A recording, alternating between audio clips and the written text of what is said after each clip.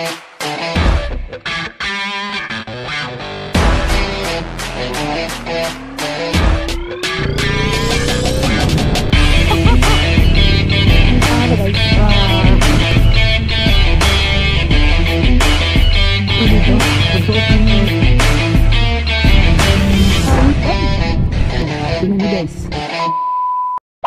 guys, what's up?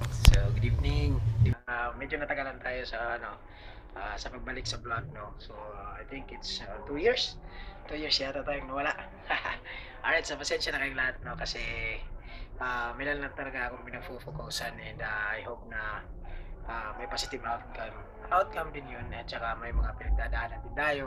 So, ganun lang. So, ngayon, babalik na tayo sa pag-vlog, no, paggawa ng mga videos, mga motovlog. So right now, gabi na ngayon. It's already almost 10 in the evening, no? So ngayon lang ako nag-vlog kasi papakita ko sa inyo kasi meron talaga akong gagawin para sa motor natin. And pasensya na nga pala na sa background namin, medyo makalat yung bahay namin. So merong mga ginawa na namin sa bayan kasi umuulan sa labas. Sorry. So right now guys, papakita ko sa inyo, no, kung ano yung mga gagawin natin. So let's go. Alright, so guys, meron tayong project para kay buddy natin, sa sniper natin. So ito yung link dumating, no, na parcel from J&T. So shoutout, napakabilis talaga nilang mag-deliver. So mamaya na natin bubuksan. Ito naman yung pinakamalit na part eh. So ngayon guys, meron tayong mga parts dito, no. So meron tayong since yung ating motor ay medyo mataas na yung odo, tsaka may napapansin na rin ako nag-iiba sa motor, yung minor niya, paiba-iba na yung niya. So minor, so minsan nag-1.5, tapos pag umaga para siyang nag-cold start, parang big bike lang. So nangyayari is nag-aabove siya ng 1.5, no, so RPM. So siguro kailangan na natin ipa-refresh yung motor. So actually, hindi ko talaga alam kung ano yung mga ibang ginagawa sa pag-refresh.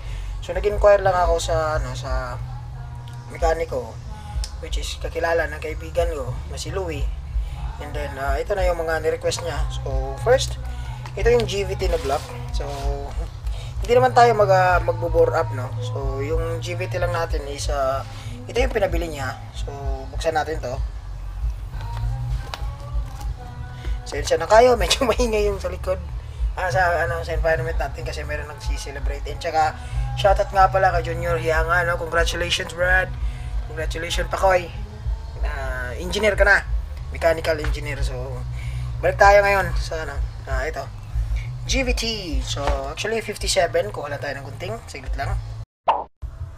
Alright guys, so ito na, bukas na natin to, buksan na natin to, no. So JVT, yan, JVT performance. Alright, so bakit nga ba ako sa gabi nag-vlog? Kasi nagtatrabaho tayo. So ito, shoutout sa JVT. Medyo may kamahalan din yung pyesa mo, So buksan natin guys,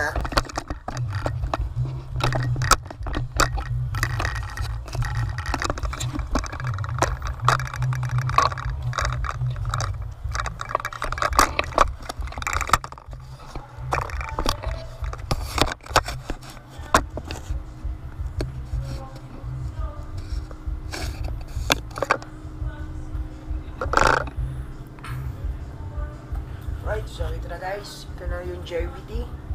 Sensya na talaga kayo, mayroong mag-celebrate. So ito na yung piston ring.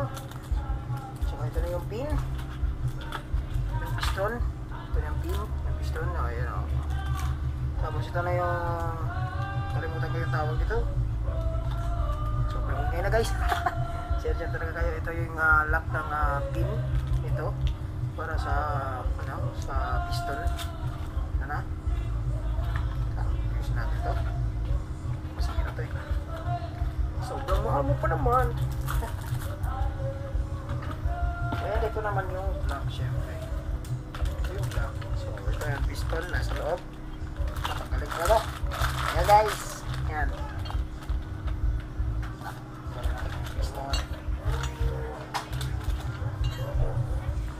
Ito na yung piston guys. Stock piston pa rin tayo. Naka-doom lang yata to. Doom yata. Semi-doom.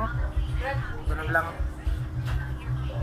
Alright, so pasensya na no kung medyo naputol yung video natin. So this is a continuation for sa vlog kanina. So yung ating ko kasi medyo istorbo ko. So alright, so back to the JVT no. JVT na ano po, na vlog. So ito po yung stock lang po yung atong yung binili natin. Ano po.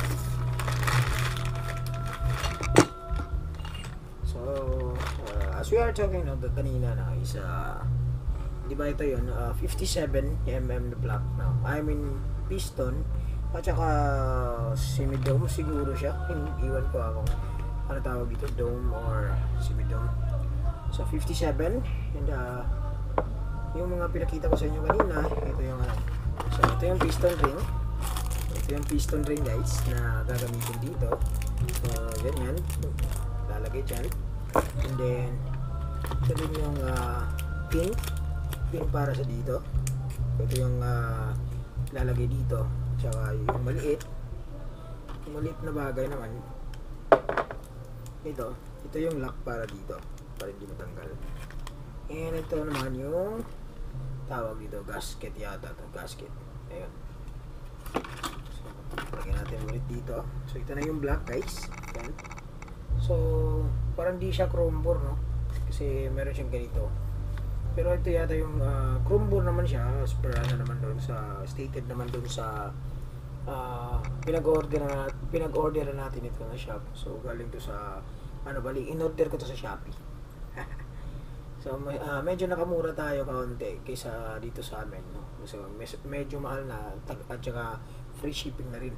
And ito naman yung valve spring guys, valve spring na pina-order ni boss sa atin no. So MTRT siguro mas siguro mas matigas to konti kaysa sa stock.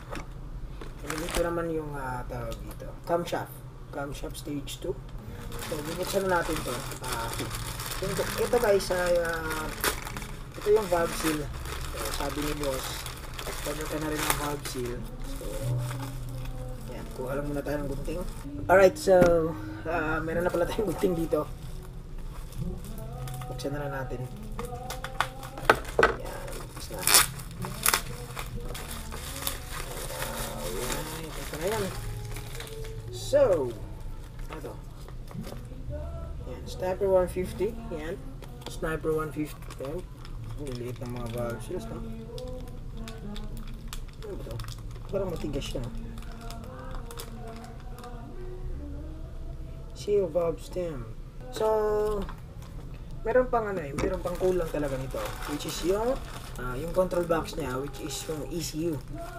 So, di muna ako nag-order kasi medyo may kamahalan. Inuna ko muna to lahat kasi kailangan na talagang palitan yung mga parts and kailangan na rin ma-refresh yung motor natin kasi medyo malakas na rin yung kain ng gasolina, tsaka kanyang RPM hindi na stable, minsan naglalaro na siya ng 1.5, 1.6 pag umaga, tapos pag mainit na siya bumababa naman siya sa 1.2. Iwan ka lang kung normal pa yun pero minsan kasi pag medyo mainit na siya umakit talaga siya ng 1.5 na RPM. So hindi ko maintindihan yung yung laro ng ng RPM kung okay pa ba yun o hindi na. So wala talaga akong masyadong alam dito. So ayun, kaya nag-order na ako nito lahat para pa-refresh na lang natin. So gagawin natin yung sniper natin na si Buddy, gagawin natin siyang super stock. So test natin tong super stock na to kung ano talaga yung kaibahan nito sa stock no. So baka mag-increase yung power or yung RPM niya or kung ano yung magiging advantage nito para sa motor natin. Ayun. So yun lang muna guys. So huwag niyo kalimutan guys na mag-subscribe ulit sa aking YouTube channel at saka follow niyo na rin yung page ko. Ayan. Comment down below na rin po sa mga suggestion niyo po para sa sniper natin. So coming soon. So yan, small project lang natin to para sa motor natin. So baka soon or pwede natin gawin para sa ating motor. Yun lang muna guys, and papakita ko sa inyo ngayon yung mga gagamitin natin.